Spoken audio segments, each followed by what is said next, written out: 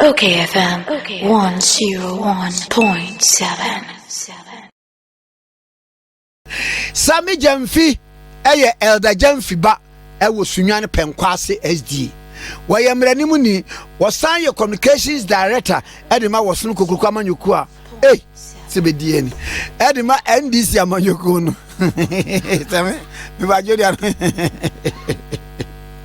Edima NDC Amayukuno. Sami, Facham Pacho. Net to say, Minia Gagaka, Yamadia say, Ami Muda na what's what to say? Boko pa. Na yakan na papa at the jump is on what to say. Oh, when you're done, the Mumpai won't take away pa. Wouldn't dear, Mirawa made a kind of pa. Who says ye funny, I will see Mammy White was me a near Nuyan, so near chi.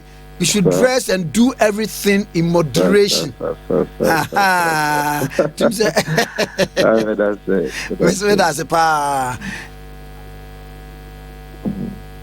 Na enra mo friends and twelve nhia mobile mozi PDS yi a electricity adwuma ko ye de ama omi ka na sichi bia ba mu a mote ase enye yie enti saa asem no yen ka na ni bire so na ede na mo ahunu asamanyoko NDC yo minia tikase medase anenchia one wapanfo production team me don want say and sa akwenya enra asem NDC yenam yetretre for penny so general secretary so the tuga efa PDS nsensem hono titia na me bonne tofa na ma try say me cheche mu in a simple way netifu nyina atiase asemu ba ko edi kan ya kan ya me se yanka bi anhye nkwame be boso ne miensa na aban babo nten se Ghana ye japade kakaka ECG ye worth over 22 billion in March this year ye the private company ye from PDS no ye the share on say omo hwe so maye omo ntoto nye na yi na ECG ntimi fa no to mapanhwa no aban be ka che se sa contract no watwe asensen because who say frakadam bi ewu nkrata sembi eni si achiba was nka PDS for the ba na eno be awowa ema oman Ghana na se PDS for anhwe japade ne so yie na omo se Ghana bibi na Ghana ye boka yetimegina san si achiba na chi e de ate ye ka no aban be kire se frakadam bi wo ti kwatwe contract na sensan aban sere se yemano enna aduasa bosome baako na onfa nye hwehwemu kwame yenyina yenim se bosome baako no abesenko aban 2 Millennium Development Authority for any US aban 2 Millennium Challenge Corporation for ekofa US for consulting firm from FTI mo be ye hwehwemu efa sansemi ho yenim se FTI for no ewie mo hwehwemu dadada bebo so ni bienu ne fania omode report ama aban report nyina yehudi ewo ebiem aban kasa so ete abadwuku ema omoso kasa omoso ye hwehwemu abadwuku no ede Ghana fo yesika etu kwan kokata omoko US abuchema omo ye hwehwemu bebre omo wie omoso de report aba aban kasa mafo yemia penyi kwadwo ponkroma ebe ka kire yen se report na ye ready ntie nchekwa ye bete aban enka minia ekoboso me nsani o man penyi kufu ado yi nani ato nchen dia aban hwehwemu no kusiye dia FTI report hwehwemu no kusiye eni agina yankasa aban esi ewo sa PDS asemu ko na magana fo ku se ye japade ECG no sisi akosi senyi no minia yenim obi aniwa okasa owura ni monyamfo amewu enyaade a okasa omampanyi akufu ado enyaade a obowa kenufoliata honorable for minister of finance enyaade ono so kasa nti asemu ba ko enu edi kan ya kan wa se why the deafening silence of government adenti na besi nne aban timi si agina ye aban timi Morgana fa ECG ye bia no a omo hwe so ama ye no omo ntimi mo ya mane ye se ye hwehwe mu no sei na akosi na kwan we so na ye de ECG befa so ye de be koso ama PDS wa hwe so ana ye je fi omo nsa e de ama company foforo a ye koye hwehwe mu no ampa na Frakadam wo mu ana na Frakadam enim Frakadam wo mu a hefo na ye responsible if so train ben ye de mo any decisions ben ye take bisi ne yeni eno no emu na ho ma ye no ye na kakra as a political party ye ye pa ye to so bi no miniati kese de tu je bi me se ye gusua so ye bete o mampanyi ene na aban panyifo nka ye nti o munke e ko be bo so ne miese ye nim se aban panyifo tutu kwan akọ Philippines akọ hia PDS no company odi mu atintin ban yi pa ofi Philippines ye friend of Miracle oni o makohia akọ ye meeting ne de keka ho omuko ye meeting bia omo Ghana fo amane de ko supporting na enhye se ayi ankasame enhye se wo mo be kwakọ ye meeting bia wo mo ya na de aye ntonso aboa so de oto ka no abetena abonti utwa mu a wo so akoba ko emu niam de menkai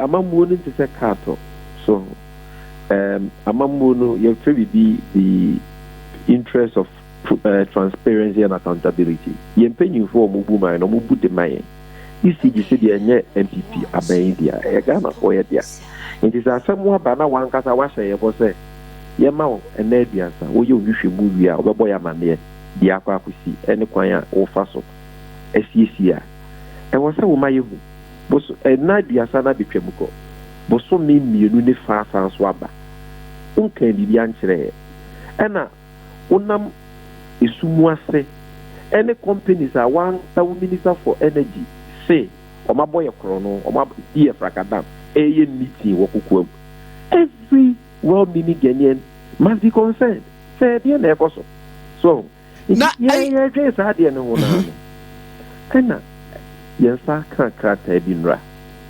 krata no company free o monchen from Meridian Power Ventures Limited omo directors asensan krata no mo de akoma Ghana ban adwuma yiku a ye frɛ no Millennium Development Authority MIDA say omo kra no ya restructure PDS no e say ya restructure ya session ne foforo as you see omo ne what 30% Miracle for now omo ye Philippines no omo 30% e wo mu no you see omo bi mu na nti omo me ba cho na chese Miracle for na CD omo interest in the that is 30% PDS that is 30% no e de akoma Meridian for no wo bra without recourse to parliament and then yemmobia people of Ghana manie. Yeah, so Tikesiana the Dia award. What you asem not much. So because of Kwame, you fiti prekope any the ECG, Emma Miracle, and PDS. And you see the bri any other year you go different international competitive bidding. International competitive bidding. You say my companies will be as ama mansu nyina omo wodie ewosika ewosue hunu ewo power distribution business a ECG ya no mu no so mu nyina ya ma makwanya obi amra no mekyere ne bobre na yenhwe de ne wo nsiachi ba papa owo ni bia ewosue hunu wosika oye papa ne yemfa ECG nhyɛ ne nsa nti companies akɛse bi fi France bi fi kuku awodo so na be pede participate in the competitive bidding. Miracle for so present your proposal. Now Miracle na a big company in Philippines. We call Philippines for capital like friend Manila. Or Mona or share Manila for they are the ECG of Manila. It is Miracle na say Manila Electric Company. And then they are Miracle no. It is Philippines for capital Manila. That is the Miracle. It is Miracle for no. You form your 1903. Omo company. omo bobre omo jino omo na so ye nti omo go through process ni na ye hwe omo technical capacity omo dwuma omo ye ni suahu na omo wo ye hwe omo kasam ni bibia no eni hu ze company yi bitini aye eni ye de bid no ema omo they were supposed to prove two things your friend 60-40 60% technical capacity and 40% financial capacity and omo timi prove so omo was anya maniti no ahead of other companies yeah they omo because of omo technical and financial capacity yeah they yeah award bid name omo need award them omo no e ko cabinet so hwemu approve ye e free cabinet e ko parliament e ma ye nam sifo nyina hwemu ku se miracle fu omo nya akohwefo adwuma ye omo ya ache omo osuahu no both technical omo osika so enti de ye hwehwe free omo ho no ye de ECG show omo sa yensa ebetumi aka and a parliament so ma approval it is a ma approval wi a na ye na ma sensai contract ye de ni say miracle led consortium no omo ne ye ne omo contract omo ne ye ne omo twaka and ya ma omo kwan say omo betumi form special purpose vehicle because na do aban by no ye ne say ye ma Ghanaian companies emeka miracle no ho no mu nyina form special purpose vehicle ba ko no mo hwe ECG so Enti Ghanaian companies like Santa Power Limited, GTS Power Limited, TG, Energia SC, free Angola, you can nyina bomu. Ena miracle for leading them no, omo form no SPD special purpose vehicle company for ye friend PDS. Ena omo hwe ECG so. Nti PDS ni mu no de o shares kese wo mu pa ene eye miracle 30%. Ye ni no because you need a miracle for no more than what's technical and financial experience no and capacity no and almost on the access your technical and financial capacity. It is no man we ECG here. Na ye pese ye no mo twema so no asa o moja party e wo Philippines Nigeria ne amama hodo so ye de ensa akoto so mo ye company kese afi se den na highway ene o mo koye esumasi grade Emma miracle for no after say mida approve ECG ama omo cabinet aya approve parliament aya approve no abe de omo form company for fry friend Meridian Power Ventures Limited wo Hong Kong omo Philippines omo form company for fry wo Hong Kong 26 June 2018 ya 26 June 2018 meanwhile cabinet any media approve deal no the miracle 21st April 2018 Samre na Meridian Power Limited kwa my asset because they were incorporated on 26 June 2018. Omo cabinet processes no. Omo companies are parliament. Na Sami. Mo say miracle 30% no. Ye di ni na kwa this new company. Sami. Nya we. Ghana for ye nya we. Sami. This new company one so. Kwame. Ni I didn't know what we had Ghana. Eja pade kasa egwa to pre. Who knows this Meridian Power Ventures? A company I attend 2018, 2022. Eduma ben no mayen da. Experience ben no more, technical capacity ben no more. Sika ben no more. Sika ben no more. Yede o my Ghana 22 period. Emu 30% e di ama omo. Parliament ben na approve ye. This is a very serious issue. Sami. Very serious issue. Sami. Sebi. You do baby, come me bow. See a person company for Bamua. No problem. A time crowd for hire. You can say one high time. Now we say, and then when you see car, what could see die? Into the dining Mawunyake to Isaac. And now come now for Amo Mako to the Mua. And on a lawyer for friend assignment, even under tenancy. But won't me assign no rights as a tenant, even under a tenancy agreement, without the prior consent of if you are the landlord. I was a few run because if you are buy and if you will buy so buy ye, Kwame dear, maybe that one really back on penny once or brand once and then you get home. And you now so the dynamo. What will fear Raman yet? What the dynamo for tenants for Frosa or you were down 50. If you are tenants for Frona Wabano, or no one and a joke or bonum yesu or more be not. So what them mabel fear when who be the few run on the liberty Stefan yes sir. So obi ni the Japanese someone sa now person with them another company another man di papa for o boss say di papa na manie man Fifemu, a year and womb, and the other side of Padiano, Esa. Ya yes, I'm Fifemu on that new company now, not so bad. Now, say, sure, say, or also what the technical capacity, or also what the financial capacity are, and Sunday at Yamano. What you need to do?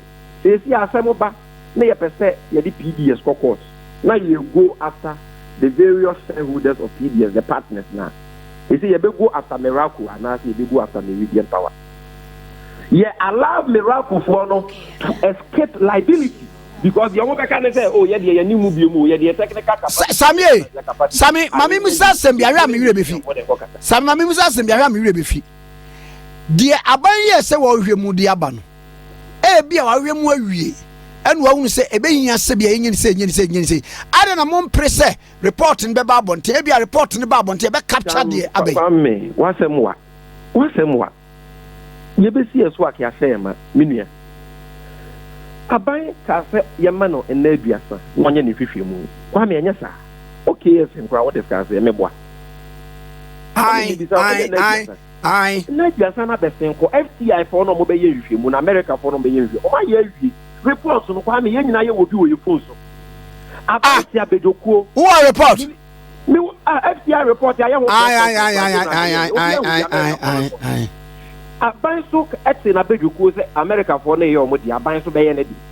But abai ka deputy attorney general any honorable ambuderi na na no omo kokata kwame okai sa asem ni nyina but abai babonte be can say the report is not conclusive na wo mo the report be near completion na sa amre na kojo opon koma say o ma wi na say no mo tire report enya bo so mi mienu ne fani na report bi wo dos onyankopon ko na ka kire NGZ bra say on prepare report about countries say we are seeing na Kasamre 2.5 months report on Chile. Report to Ben Kwana Mochare report on 1 million page. Equal 3 months in the multi-media report. Look at the Abino has something to hide. Dear Quanti, mostly at the Fracadam, Musori Amoni or more, almost or my bomb of Fracadam, and this is for any account. Peter me one as PDS problem. After Musoria. Omo amosi o ma perpetrate fraud against us no na mo nam suma se ni omo ye miti yes say aban ye de ye nim hwe mo na oman ne ye de asem sa mo ye bu hwe mu na kosi sen egina ye ben na masi mo kan ye nya ye wo tiase ni ye hu ECD no they say kwan ya ye de fa so e no so akwakoda ne boachi bi abe ye te ho a company ye nim ne ho ma che ye ne sign contract yi ekwa parliament na oni wi asimpo ye register no ye nim no afa di ono na etre letter efre meeting say ye Meridian Hong Kong ni free na je say 30% na ye Miracle for dia na ewo ye nchen ye am sisi because you see ya NPP aban we and am kind of city kwaso sumati gadi ama another new company ye nim no ye nya ne hu hwehwemu bia aba be fa Miracle for 30% no kwame sene say yes say any Meridian for ko twema so Meridian for no mo wajapade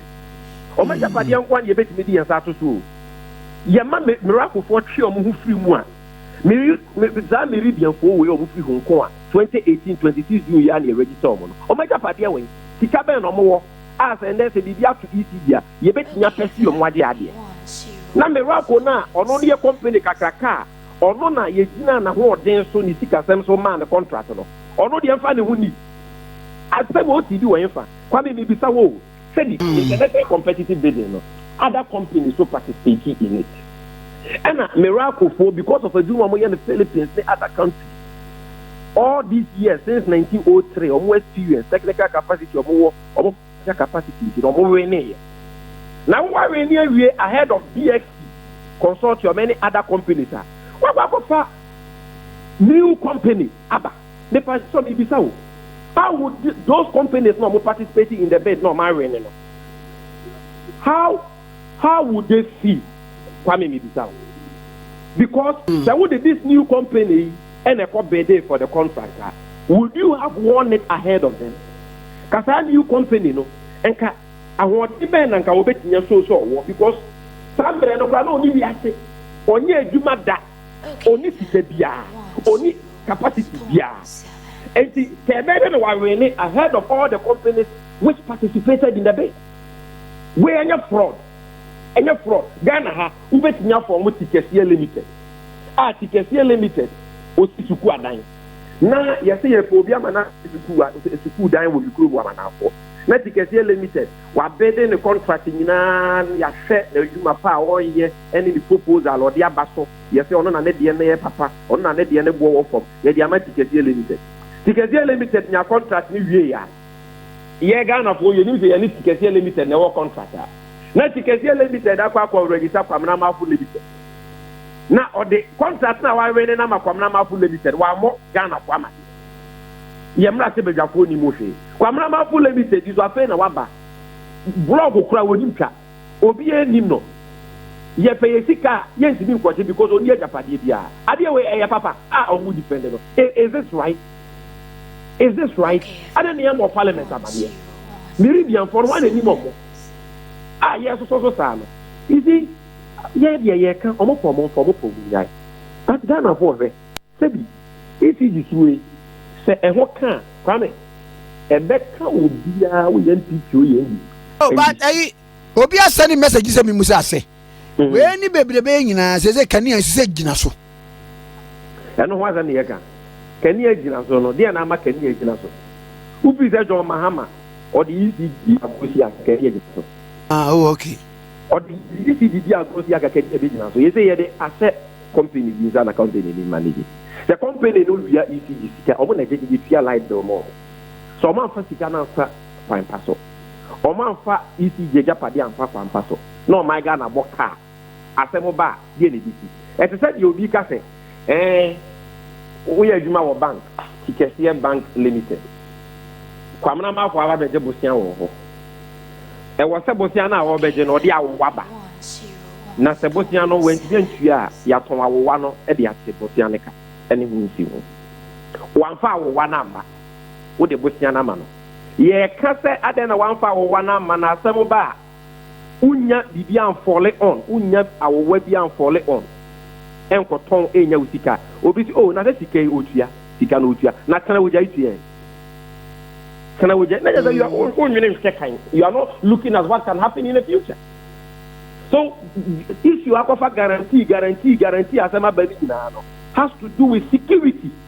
The problem of bar what will government fall on say ajapade akaka sa ECD ye dia ma ankran ma yekuo bi no omoso awode be no mo wa o mo betimi dia yensie ba na yeso yetimi di ye na yesi bibi so say ECG no say di e secure say bibi secure o mo fa yesika na o mo say ye japade a ana o ma anya o mo dwuma yie na ga na ye boka yeso ye betimi di yesa me da se me yesa pa yesika eno na akofa problem we nyina bi okay me da se ye contract no parliament say ye mo fa bank guarantee la Omo fa Carter Free Bank mrai Teresa ampa omo usika da bank $350 million.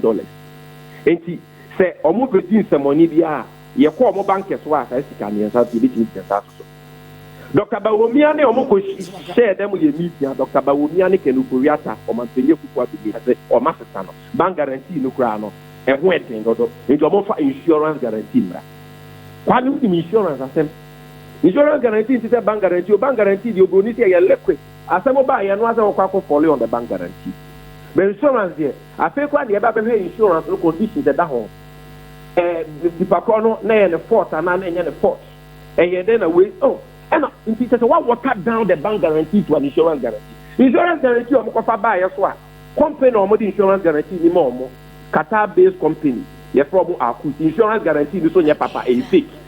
There's a bank guarantee, Pascala. Insurance guarantee, Pascala. And they say you need guarantee, yeah, because insurance guarantee no so no.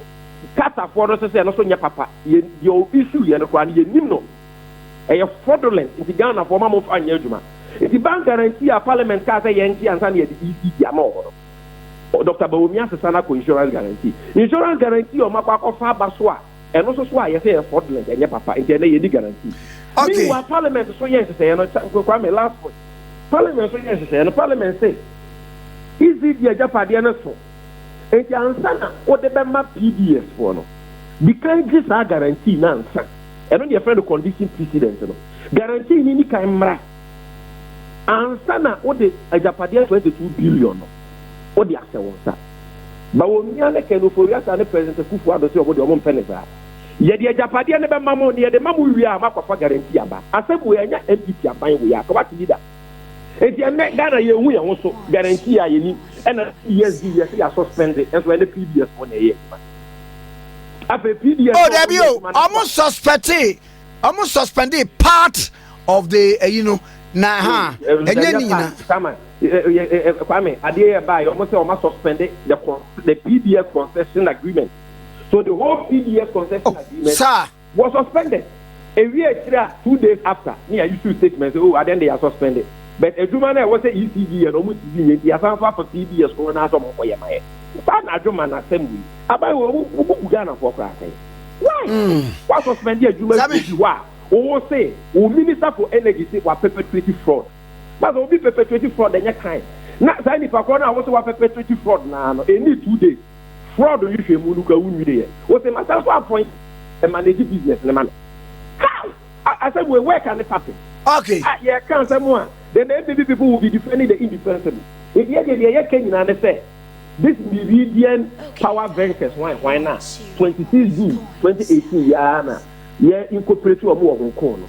ye ni momo ye ni omo mu hwehwe mu bia ye ni mahode omo wo ye ni nimdie ni suahu no omo wo e wo power adwuma parliament ni momo parliament anya omo mu hwehwe mu bia enti ani se abai we tina fe e ma miracle fo e de omo 30% shares mo omo abra parliament ye mo parliament amane ema ye ndo mu hwehwemu bia enyanye sure say ye the if be sure mo sa wo betinya hweso yi amai na aboa Ghana interest the aban we yate ase ayare han ya mata akoto di na je so penyi otene fie ma mo prawe na nkan ebu na nkan refo ka ho na je aban we ka twimi na e koso no mini ameda se Mesme da se pa sabi je fini na twin for okay 101.7 so in Okay FM 101.7